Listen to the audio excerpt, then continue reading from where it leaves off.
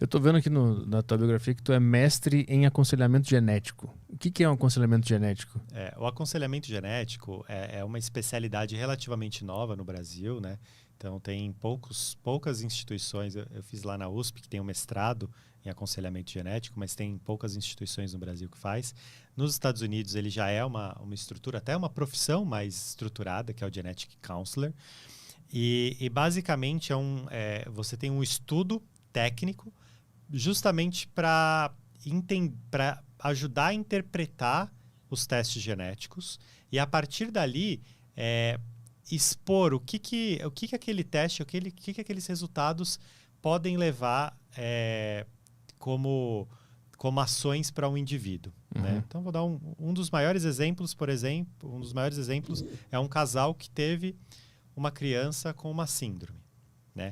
Faz o teste genético na criança e o teste genético no casal, e ele tem 25% de chance, por exemplo, de ter uma nova criança com a mesma síndrome. A pergunta é: o casal deve ter deve ter um novo filho? Sim ou não? Ou deve procurar um método? Né? Não é uma pergunta assim, fechada, sim ou não, né?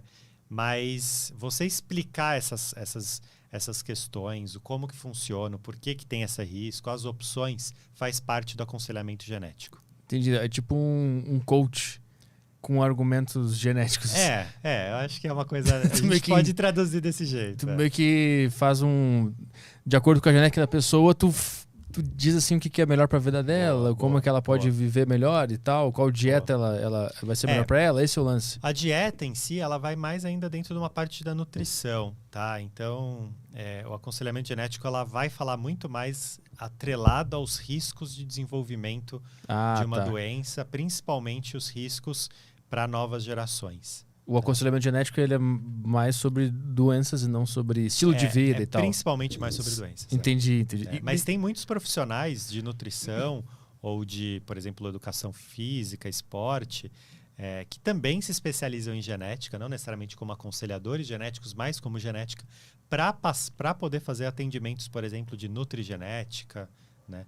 De treinos personalizados, né? Então tem profissionais desse estilo que eu acho que é incrível. Cara, assim. Eu não sabia que existia uma profissão que a pessoa analisava a genética do paciente, do cliente ali, para indicar o que é melhor para ela. Mas como é que funciona isso? Tu tem um escritório e as pessoas te procuram? Eu propriamente eu acabo me dedicando muito para o laboratório em si, né? Para toda a gestão e desenvolvimento dos novos produtos, né? Mas a gente conta com alguns aconselhadores genéticos, são pessoas que por exemplo, você, né, Arthur, você fez o teste, que é fazer um aconselhamento, você pode pagar um valor, R$99, e você faz um aconselhamento genético por chamada. Uhum. Então é possível você fazer. Saquei. Né?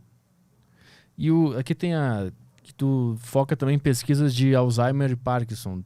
Tu manja disso também. Eu acho que assim, eu não sou especialista em Alzheimer e Parkinson, né? Eu fiz um doutorado, aliás, eu faço doutorado, e meu mestrado foi também na área de doenças progeroides, que são doenças de envelhecimento precoce. Né? Então, tem algumas síndromes genéticas raras, a progéria, a mais clássica disso, que é uma doença que realmente as crianças, né, elas parecem que são velhinhos.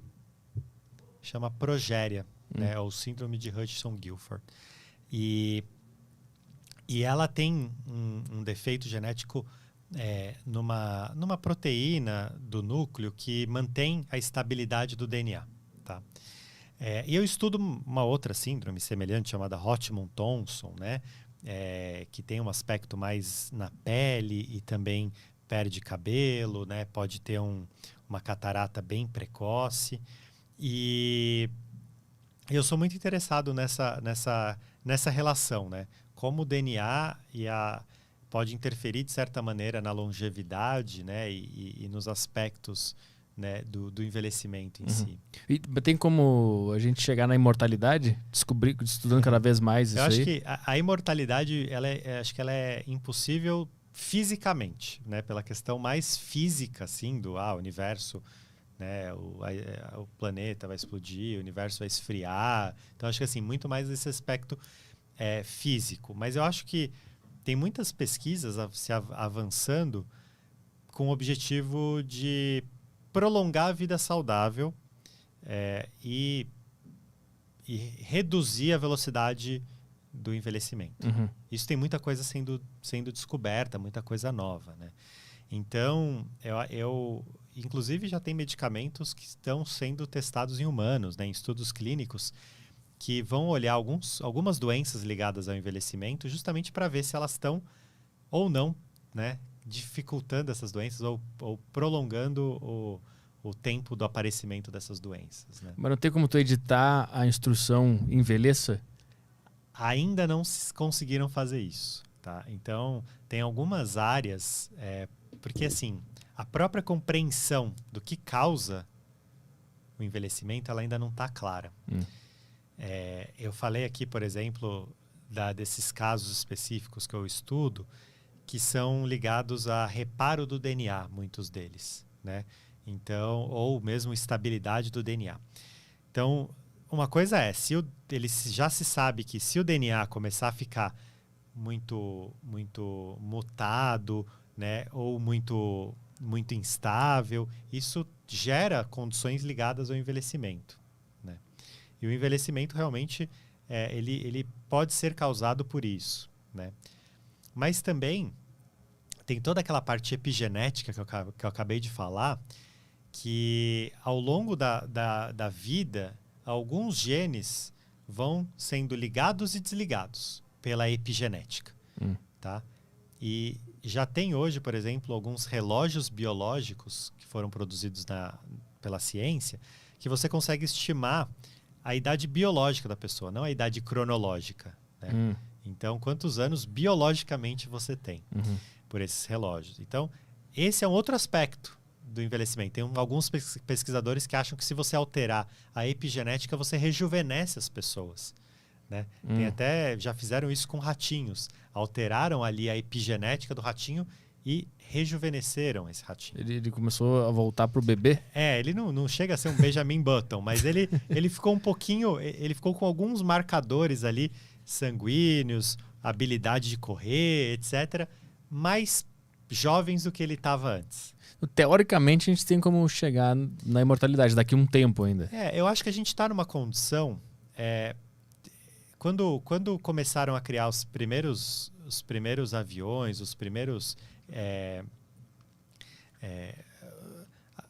as primeiras coisas mais pesadas que o ar que voavam, tá? Os primeiros objetos mais pesados que o ar que voavam, muita gente achou que aquilo era impossível.